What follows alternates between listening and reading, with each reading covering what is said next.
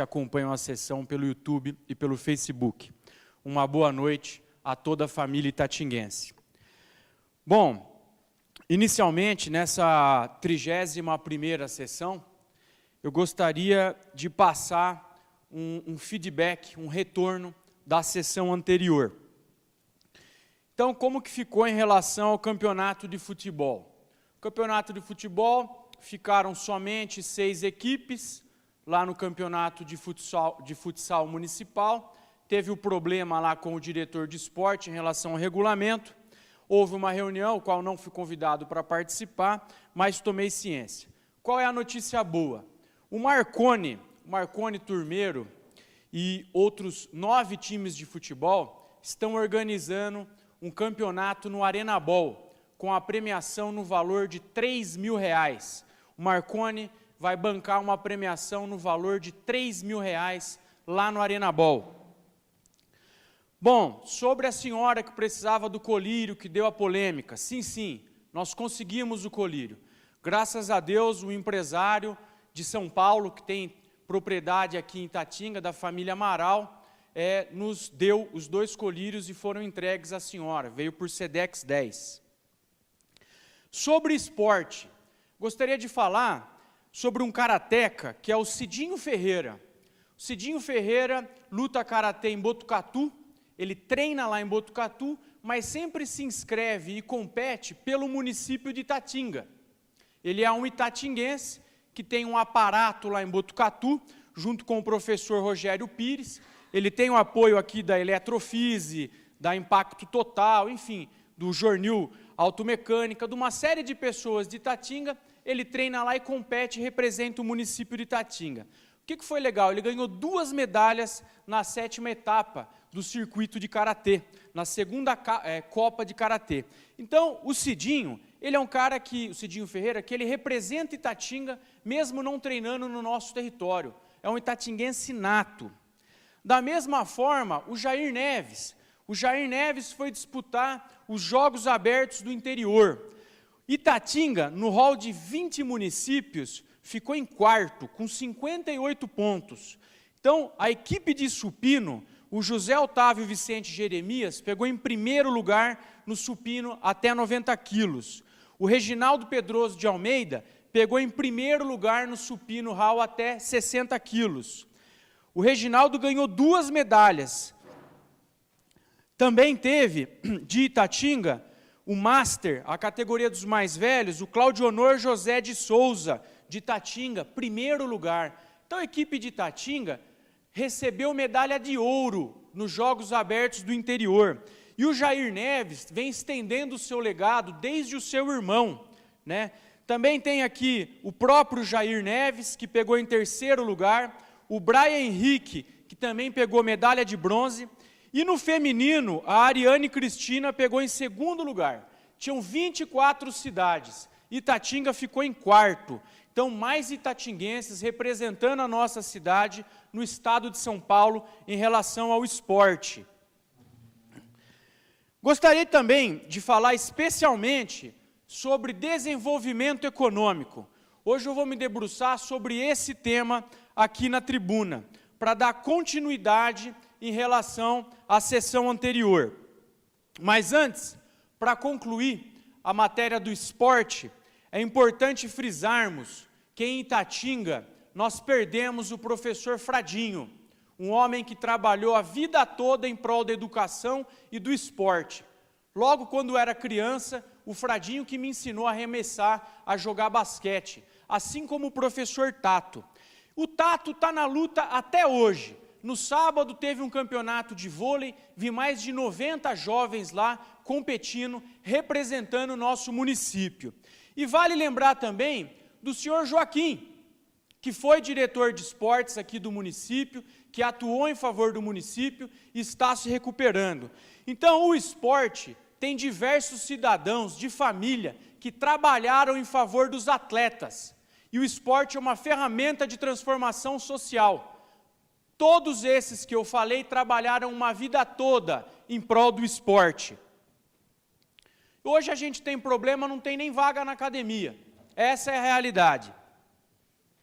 Gostaria de saudar o senhor Joaquim. e também o professor Tato.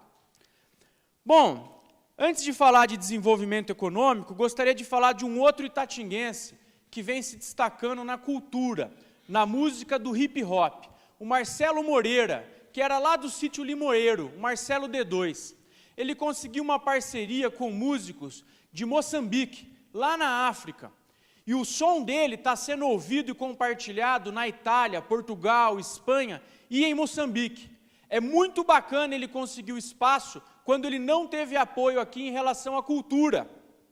É assim que funciona. Quando fecha uma porta, abre-se uma janela para o mundo. Bom, importantíssimo essas questões de esporte e de cultura. Em relação agora ao desenvolvimento econômico, que é a pauta que eu vou me debruçar hoje na 31ª sessão. Itatinga, nós consideramos o município e toda a sociedade, o cidadão, nós o consideramos no ombro a ombro, em igualdade. Não tem um cidadão que é melhor que o outro. Todos os cidadãos são fundamentais para o desenvolvimento do nosso município. É necessário, sobretudo, uma união de espírito, de boa fé para desenvolver o município. Por que eu digo isso? Porque a união do povo vai ser com base nas necessidades e nos anseios que a população tem. E o que a população quer? Emprego. A população precisa de desenvolvimento econômico. O cidadão não quer dinheiro, o cidadão quer dignidade e trabalho. A mútua confiança entre todos nós poderá estabelecer uma relação e um ambiente próspero. É necessário que tenhamos diferenças em relação à política? Sim, mas em relação ao desenvolvimento do município é necessário união. E as necessidades do povo vai ser o fator de união da sociedade. Não há que se falar em união se não existir a união do povo. O povo tem que estar unido, independente de partido, classe ou profissão. Unido para quê? Para desenvolver Itatinga. Por que eu digo isso? A economia local, assim como a arrecadação, vem diminuindo. O comércio não está aquecido. Essa é a verdade, não somente no município, em todo o país. E no mundo, o ambiente hoje é de guerra. E vejam, há tempos atrás, a Globo, a mídia mostravam incêndios na Amazônia, seca, etc. Agora ninguém mostra mais nada. E o que está acontecendo no mundo? Guerras. O que vai acontecer? Vai aumentar os combustíveis, que vai gerar inflação, e vai aumentar o dólar. E isso vai repercutir em quem? No mais humilde. Por isso é necessário no município de Itatinga uma política de desenvolvimento econômico pelo comércio, fazendo desonerações fiscais aos comércios e empresas aqui instaladas. É fundamental a união de todos os comerciantes e que haja uma política de incentivo de redução do ISS. A primeira política de incentivo fiscal nessa legislatura foi proposta por mim, o IPTU verde, que pode gerar descontos do IPTU em todas as residências do município. Esse projeto de lei foi aprovado unânime aqui no município, me debrucei sobre ele em relação ao impacto econômico, porque isso gera desconto, mas não foi implementado. Todas as casas da Vila dos Ferroviários, todas as casas novas da Vila dos Servidores, os predinhos, todas as casas que têm aquecimento solar, podem ter descontos do IPTU. Essa é uma medida de incentivo fiscal para o cidadão que não foi publicizada no município. Foi regulamentada, mas não foi posta em prática.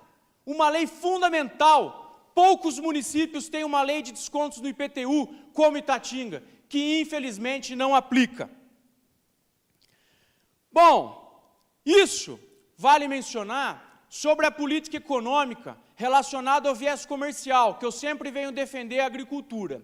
O distrito industrial também está enfraquecido. A política econômica do distrito industrial 1 e 2 também vem diminuindo, assim como a atividade econômica. Os industriais, os empresários e os comerciantes foram esquecidos.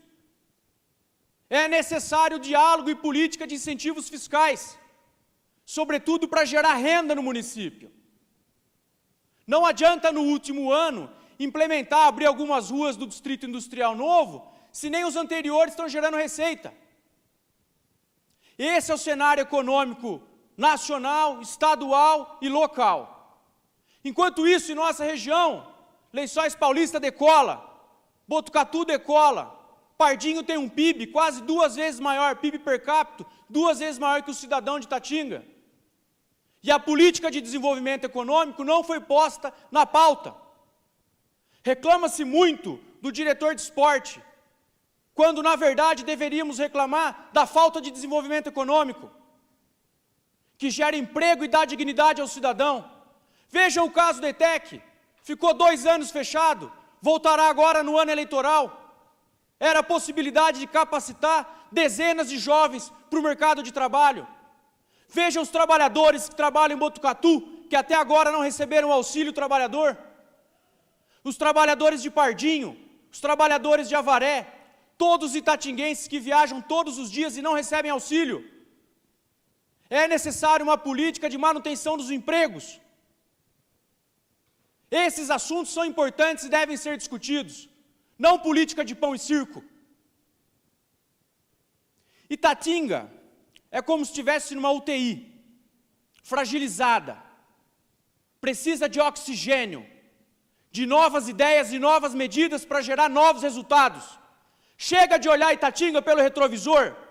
Itatinga foi grande, teve cinema, teve concessionárias de carro, política cafeeira, ferrovia. Temos que pensar grande em nosso município, em prol da geração de emprego do povo itatinguense. Isso sim é importante. Vejam o seu Hélio do Pesqueiro Estocolmo, que faleceu. Nunca participou do processo decisório do município. Um construtor milionário, vanguardista. Diversos outros empresários são excluídos. Os estudantes são ouvidos? Não. Atletas são ouvidos? Não. Servidores são ouvidos? Não. Alguma coisa não está certa.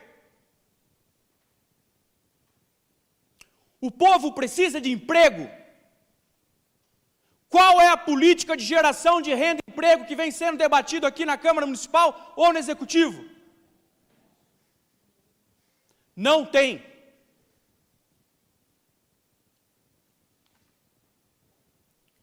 A população precisa acordar e parar de se contentar com pouco.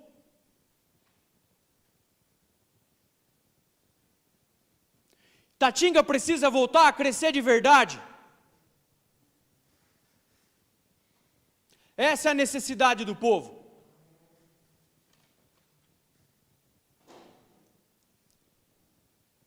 Três maneiras de promover a construção da política desenvolvimentista no município de Itatinga. A primeira, unir, não dividir, não excluir, unir, união. A segunda, descentralizar, delegar, não centralizar. A terceira, estar aberto ao diálogo, dialogar, não intimidar. É necessário ouvir os geradores de emprego de nossa cidade. Eles estão esquecidos.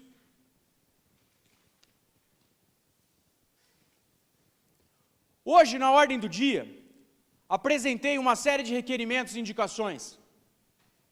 Assuntos fundamentais para serem debatidos aqui. Transporte para funcionário que trabalha no Lobo, auxílio ao trabalhador de Botucatu que está na fila, que não recebeu o valor. A questão do controle de pragas nos bairros como a Canaã e o CDHU. E também um pedido do cidadão que era uma operação tapa-buracos lá na Arthur Bronzato Sobrinho, perto do Mercado Moriá. Essas demandas, elas são demandas recorrentes aqui na Casa Legislativa. É como se fosse um trabalho de zeladoria. Tempo da bancada, senhor presidente. Mas, de fato, o que é importante é que a política de geração de emprego e renda, associada ao meio ambiente equilibrado, não vem sendo discutido, porque esse assunto não é pautado e as pessoas não são incluídas. Essa é a verdade.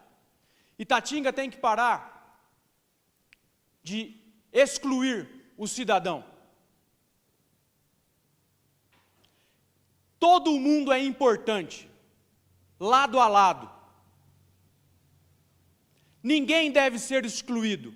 Cada cidadão e cada família tem um papel fundamental para o crescimento da cidade, independente de partido.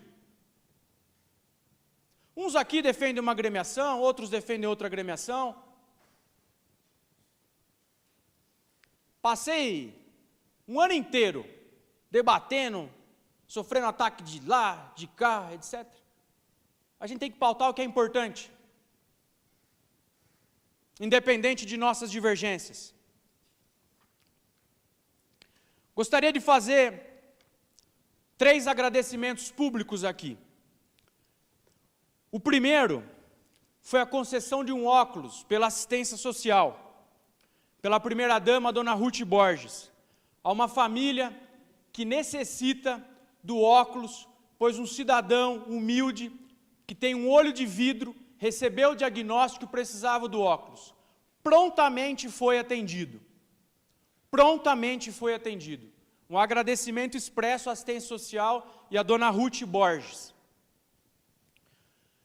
O transporte da saúde. 5 cidadãos me pediram apoio em relação ao transporte para a Unesp. Todos atendidos. Agradecer a dona Rosana e toda a equipe do transporte da saúde.